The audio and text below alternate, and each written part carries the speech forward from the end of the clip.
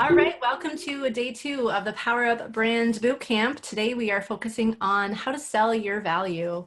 Yesterday we talked about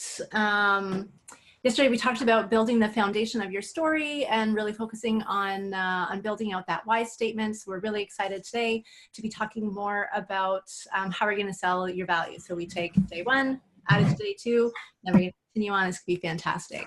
So I am Melissa McFarlane, and I am one half of Define and Design, and Julia Walsh is my lovely partner. And hello. We're very excited to get started today.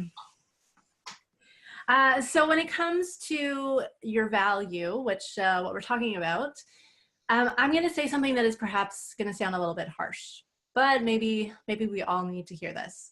And that is that what you do, what your actual business is that you're far from the only person who does it. There's dozens, hundreds, maybe even thousands of people out there that do what you do. And chances are likely, out of all of those people, you are not actually the best person that does what you do. I mean, if you are, then high five, that's absolutely amazing. But that doesn't matter if you're not the best person doing at what you do, because you know what you are the best at? You're the best at being you. And that's where your value is. When it comes to how you do your business, how you operate, how you function, how you treat your clients, the process that you take, all of those steps are generally unique to you. And that's really what we're going to focus on today. So nobody has the same story as you either. Nobody has those same methods or techniques. They don't have the same vision or the same creativity.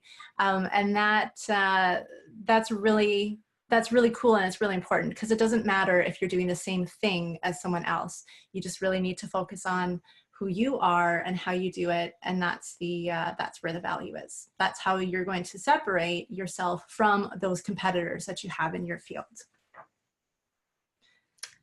So in our post-webinar email yesterday, you should have received the workbook for today. We're going to use it as our guideline for the rest of the webinar today. If you had a chance to start filling it out beforehand, that's awesome. If not, we can just work along today as we go. So as Melissa said, day 2 is all about selling your value. Yes, our handy-dandy workbook. The fact that you need to promote your business is obvious. People need to know what it is that you do. Effectively communicating the extra value that comes along with your business and working with you is where many people miss out on communicating.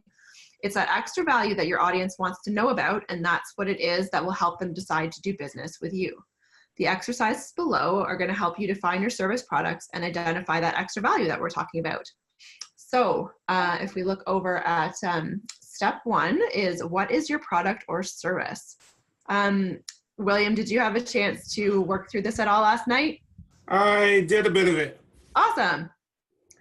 Yeah.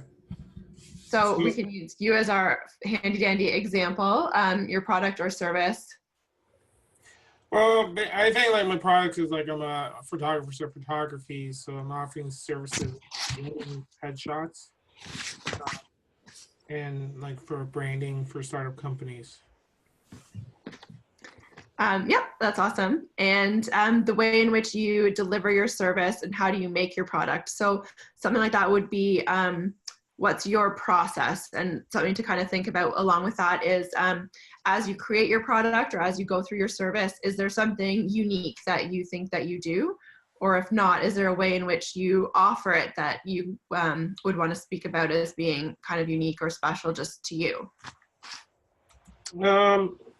Basically, I was like stumped on that part. I was thinking about it and how like I would deliver my service or unique. Like from all the people like I've spoken or work with, is basically more like when like everyone gets afraid when they're in front of the camera.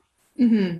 So I've noticed lately, like people like I get feedback and like they're very comfortable when I work with them. Like they're very like I get them ease, so it's very easy for them to relax after, because I'm more like start at the beginning and more talkative to them like before I even start taking pictures, because that's the main goal, is to make them more relaxed in front. Mm-hmm. Which is super important for sure. Yeah.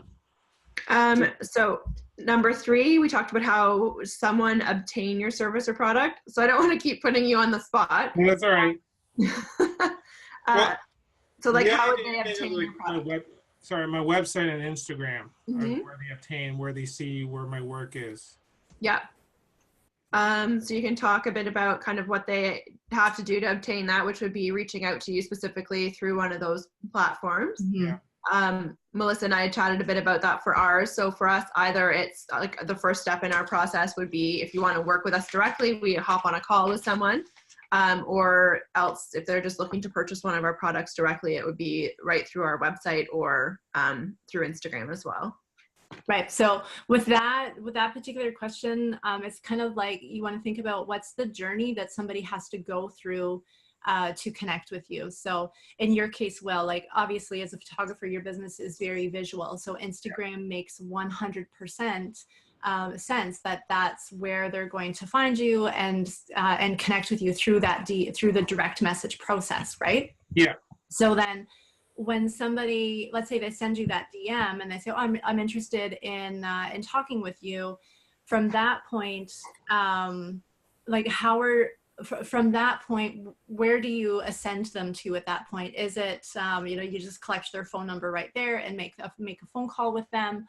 Or are you sending them, like, say to your website and they fill out your contact form page, or other people, like like, let's just say a business coach or something like that, they send someone to a contact form where they have to answer a series of questions or something like that, right? So it's just that thought of kind of either what are the barriers that people have to get over to get in touch with you, or how easy do you make that flow for people to get to you? Yeah.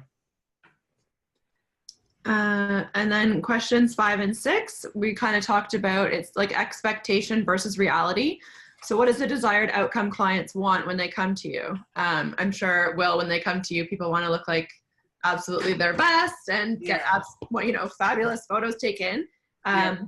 And then the outcome reality, are you giving them what they expect? And I mean, I know Melissa and I have had some experience looking at your work, so I think for you do give them what they're expecting. Well, yeah, that's one thing I'm really trying to work hard, is to give them what they want. I know some people I've worked in the past, they weren't happy for what they got, and that's where I usually ask for feedback to know, is there any improvement? Like, and I try to offer them a redo. Mm-hmm. So that tricky parts are weddings. Weddings are the hard ones to do. Oh, I bet. And I usually talk to them, like, I'm always upfront now, stating like they want this picture perfect wedding like pictures, and they send me stuff like from Pinterest, those fabulous pictures that you see a lot on Pinterest. So those ones are all staged, like people plan those and they're just more like stage work. And then they send me those saying we want those type, and I have to sometimes be reality to them and say, well, I don't have that much time, what you're giving me to do those types of pictures. So it's like, managing expectations, that's a huge part of that for sure. Yeah. So that's where I have to, where I'm talking to them, like letting them know about that, because I want to give them the best pictures, but I don't want them thinking that I'm going to do it. I'm not promising them giving them those types for the time. If they wanted that type, then they would have to spend more time. Mm-hmm. So yeah, I think that's a really good example that kind of that demonstrates the point and purpose of those 2 questions in this workbook is, what is it that they're expecting versus what they're getting, and then making sure that you're having the conversations, that you're having the conversations around expectation with those potential clients, but that also in your brand messaging and your communication, that the expectations are also kind of set out there and included as well, right? So that and I mean, I guess it's kind of hard with the wedding pictures, right? Because like you said, people want this like grand, beautiful thing. But like, I guess if you take it instead, like in the context of Julia and I, that if someone came to us and they said, we want this, and we're like, well, where on earth did you get the idea that we do all of these bazillion things when hopefully the majority of what we're saying, so, we do ABC, not, the whole rest of the alphabet, right? So it's just making sure that that you're delivering that your communications deliver on the actuality of the results, and not not merely focused on what you know that they want. Because if you're not able to fully deliver on what these, you know, what those potential clients out there think that they're wanting, then you have to backtrack and think, well, is there a miscommunication between, like, what's the misunderstanding that's happening in that place? Yeah. Yeah, because like an example, when I just started out, there's one couple, the bride wasn't happy with the pictures because of her husband wasn't smiling in all the shots. And she kind of blamed on me, but I let her know that I don't control. He didn't like his picture time. I don't control him to smile. I did my best, but she wasn't happy. And that's like, how do I address that where it wasn't my fault? Yeah. Husband, and there are guys out there who don't like getting their pictures done. Mm-hmm. It's not, I'm not the one in charge of them saying you gotta smile. Like, I'll do my best, but it's up to them to help. Like, if their wife wants to have them smiling, they should do it. Yeah. Yeah. Lesson 1 of marriage: smile when your wife says smile. Yeah. Yeah, that's kind of funny, right? Because then it's the, when you're setting out expectations, it's the pieces that you can control versus what you can't control, right? So I think, like, honestly, like a lot of things in life, we have to focus on what are the things within our sphere of influence that we can say, I can manage these things. All these other pieces outside of it, those are on you. So being able to set the expectations on the responsibility of the client as well. Yeah. And the next chunk, which when Melissa and I were reviewing this earlier, we noticed that we were very excited about the number 10 and number 3 items 10. So these are all very important.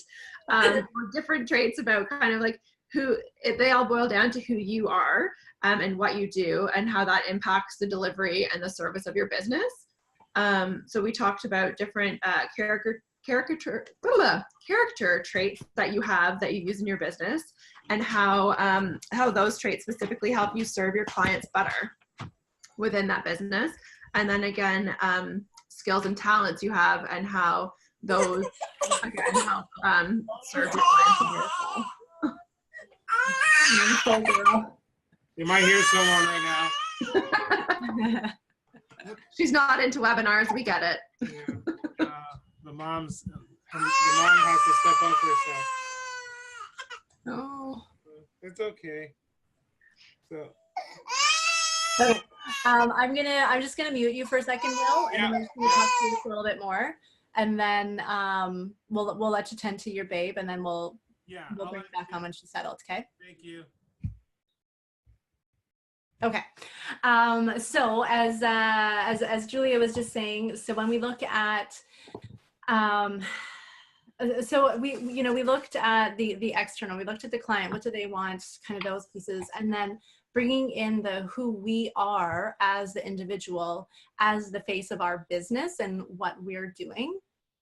That can be a very impactful piece of how we communicate the value of what we do, right? Because what I do and how I react and my behaviors and my values are different than someone else out there that's doing the same thing, right? So if I'm thinking of the people that I want to be attracting, then it makes sense that I would want to be working with clients that have similar values to me, or working with clients who are going to think that I'm funny because I think that I'm funny and I make a lot of jokes, right? So I don't want someone who's going to be like, oh my gosh, and get really offended by all these cheesy jokes that I make, right?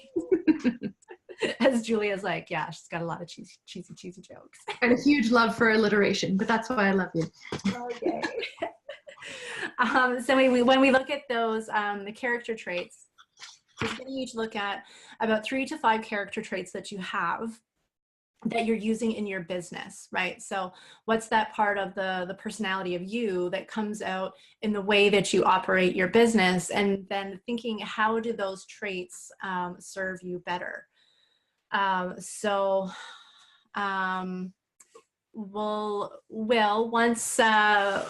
when you're ready to hop back on, we'll let you. Okay, you've unmuted yourself there. Perfect. Okay.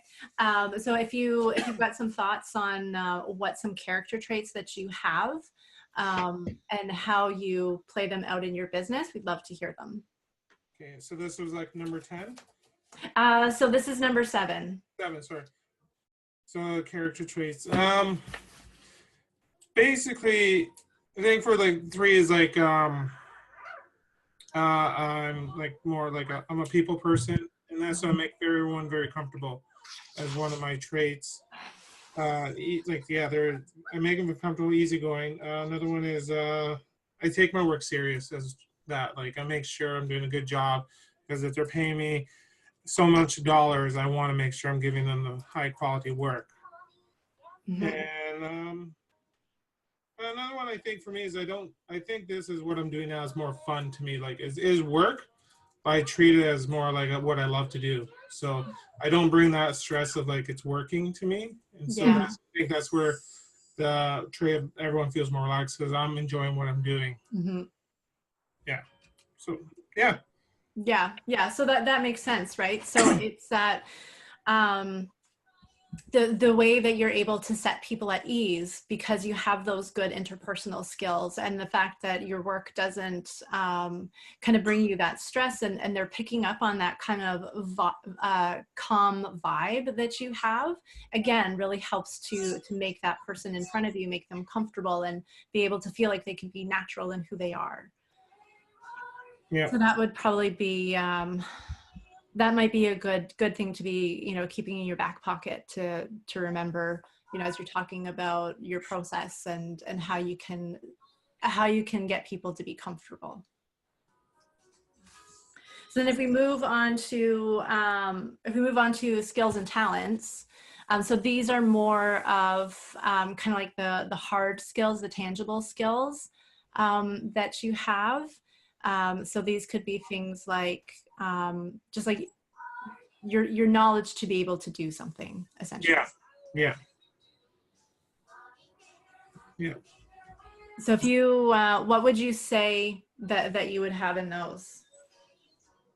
For the skills is basically like my knowledge of knowing how to take pictures like properly. Like that's one thing. Like it took years to understand understand the process.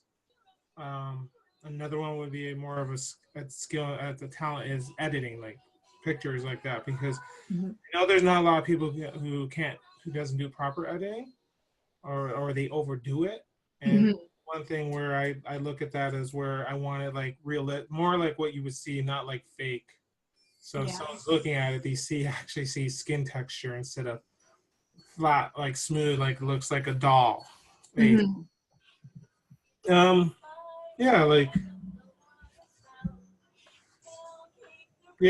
those are my things. Like like 3 skills of talent. I'm trying to think of others right now. That's a good start, though. Yeah.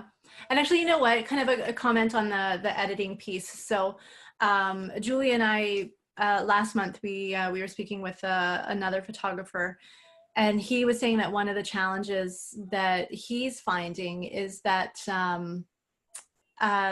there's so many apps, and there's so many kind of so many kinds of like tools out there that a lot of people think, oh, you know what, I can take my own photos and I can use these editing features and I can make my own stuff look nice. And I'm not going to lie, Julie and I are guilty of it to an extent that we make our own flat lays and stuff like that.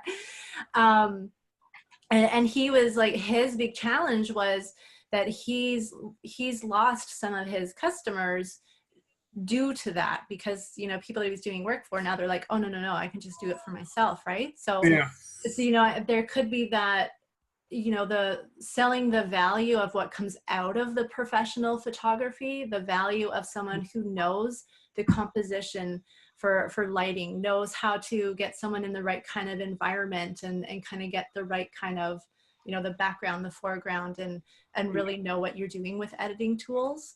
That could probably like nowadays with like new like iPhones showing like they can do it themselves. It's like more like people think, like I can do my own picture, and you say that to me, so that's great, but those are more just like what you're using tools, where I bring more of a knowledge base in creating the proper composition of taking a proper picture. Yeah. Like, yeah, I know there's a lot of software, and that is a challenge that people buy a lot of apps or presets to put on their pictures, like for Instagram and all that. Mhm. And that's, to me, if that's what they want to do, that's totally fine. I like to do is like each work I do, I totally do it different. Like I do my same style, but then I add a little difference to each person's picture, just to give a little difference. Mm-hmm. But And yeah, there that is is definitely, tricky.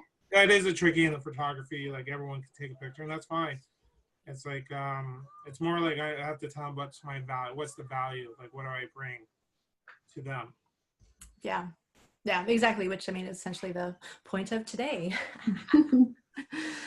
Okay. So then if we shift to, I totally took over here on you, Julia. nope, it's totally fine. If we shift over to looking at the values that we have versus the values that our clients have. So the reason why we have that in there, again, it goes back to that emotional connection that we want to make with audiences. That if, like for example, in my career coaching, when I went through exercises similar to this, and I thought of what are the values that I have, one as a person, and kind of life overall, and those things were around, family balance, work-life balance, being able to pursue a career that you have interest and passion in, being able to be connected with your community and those things, right? And then when I started looking at the people that I was attracting, because the communications that I put out there revolve around those things, I found that those people also had a lot of those similar values, which meant that because they had those values, that the stuff that I was posting really resonated with them, and they thought, oh, this person understands me. This person gets what my thing is, right? Mhm. So that's why we've got that in there, to get you thinking about kind of what are those core values that you have that you can weave into conversations or weave into messaging, so that you're hitting on that emotional connection with people. Okay. So from a value perspective, Will, what would you say might be 2 or 3 values that you have? Um, Basically, like you said, like my values have changed over the year now. Since now I'm a dad, so that really changed my whole outlook of what I'm pursuing. Um, when it was just my wife and I, it was totally different. It was just more like make just fun, like part time, doing that part time, and just easy cash on the side. Mm-hmm. But now with my daughter stepping in, it really changed my whole perspective and what I look at. Where I like doing this, but I want to make it into a career and provide more to my family. So now my values like family oriented. Like I want to provide my daughter, and but also show what I've done, that what she can do growing up. So it's like I want to teach her that it's tough world when you grow up and you want to do, but if you want to do something what you love, you can do it. So this is one thing I want to show her, that hey, dad did this. Took him a while, but he stuck to the guns and did it. Like That's that. amazing. I love that. So we're both just like, oh, dads are cute. No, that's so lovely, William. It's very true. Yeah, so that's one of my biggest values, is bringing into that now. It's like more like if I have a client, like I will say like I work hard now, like this is more serious because now I know what I have to provide. Yeah. So I usually do is like when I'm working and I'm talking to people, when they're getting ready or talking, I'm usually talking a lot about my wife and my daughter, a lot. So like I talk about them, and I think that's one way they know that they're more comfortable. I find some part they can relate to that. So that's, I think, probably one of my strengths is I can get them to relate to things. Like I can relate to them and they can relate to me. Mm-hmm. Yeah. Yeah, where the conversation is easy, and it's probably that by being able to talk about those things, you're showing it's the authenticity of you, right? It's not like you're going in there and pretending that you're someone that you're not, right? And that's what people really appreciate, especially now. Like only because we're bombarded so much from so many different angles with messages and communications and even advertisements and everything, right? That I think, you know, as a society, we kind of grasp onto, okay, I want something real, I want someone authentic. And when we can comfortably talk about, you know, slivers of our lives, it's not like we have to be spilling all of our beans, right? But if you can pick those slivers of your life that you feel comfortable talking about, people pick up on that and they say, oh, that's really nice. This is a real person. This is a real person in front of me that I can have a real conversation with. Yeah, because I think like a lot of people think like in my field, we're just people just taking pictures. Mm-hmm. Like this, and I know like when my wife, she just started realizing it's a tough job. It's not me just going out there to take pictures. Mm-hmm. It's also me as a like driving out, meeting with them, talking to them, promoting myself, but then coming home working. It's all more stuff like that now. Like it's not just an easy, oh, I'm gonna take a picture, here you go, like that. So she sees like how much work I'm putting into it. Mm-hmm. And then when I do talk to people what I do, they understand now, like I'm not just a person who's just with the camera, like that. Yeah, you're that real deal guy. I mean, like when we think about, so as you mentioned yesterday, you know, your target is around your target clients. So yes, there's the wedding, but then there's the branding, the corporate branding, the headshots, right? So Yeah. when we think around those values, you're like, well, how do I weave that family value and that hard work ethic to the branding, to the branding clients that I want to go after? Yeah. So then it's, you know, it's not necessarily like, oh, you know, I can't really talk about my family and get them to relate in that way, but, you know, it could be around the nurturing of relationships. Yeah. That you focus on, right? So it's like you can look at a value, and if you can break it down, like if you can either simplify it into, you know, what is it, you know, and it's relationships really, then, you know, that's where you can kind of use that as that pivot point for yourself. Yeah, it's just like if it's a startup company and they want to build a brand and they need like good images, it's like something where they want to build a relationship with their client coming. Mm-hmm. It's like that's what they need is like good, like again, good quality images to show on their website, on their Instagram, wherever, and so they can build their audience because they're building. To me, I think of like they're building a relationship with people in their field that they're trying to either sell a product. Mm-hmm. Okay. Yeah. So with the values piece, and then it wraps up with looking at like how are your values aligning with the values of those clients? Mm-hmm. When we think of those clients, you know, you can look at the current clients that you have, and then also look at, you know, the ideal client, which is actually we're going to be doing some exercises around that tomorrow as well. So figuring out, you know, we're all told when we start our business, you know, who's your ideal client? Who is this fictitious person? You know, who's this vision of that person that we have in our head of that perfect client? And but also looking at the reality of who's it that you are attracting right now, seeing where things line up and where do they not line up, and then that helps you figure out where you need to be making those adjustments. Yeah. And all of that. So that will kind of be the focus of tomorrow. But so after filling out the workbook, going through all of your responses, just like yesterday, you know, sit on those answers, think about them, let them kind of roll around in your head for a little while to help you, you know, really look at what you've said, what you've picked up about yourself. Say, okay, so what is in here that gives me that extra edge, gives me that little extra something about who I am and what I do that makes that I, you know, I can use as, you know, my value proposition. And it doesn't have to be something like out of this world amazing. I use this example a lot. One, mostly because it makes me laugh. But when we think of, you guys know the yogurt, is it Activia yogurt?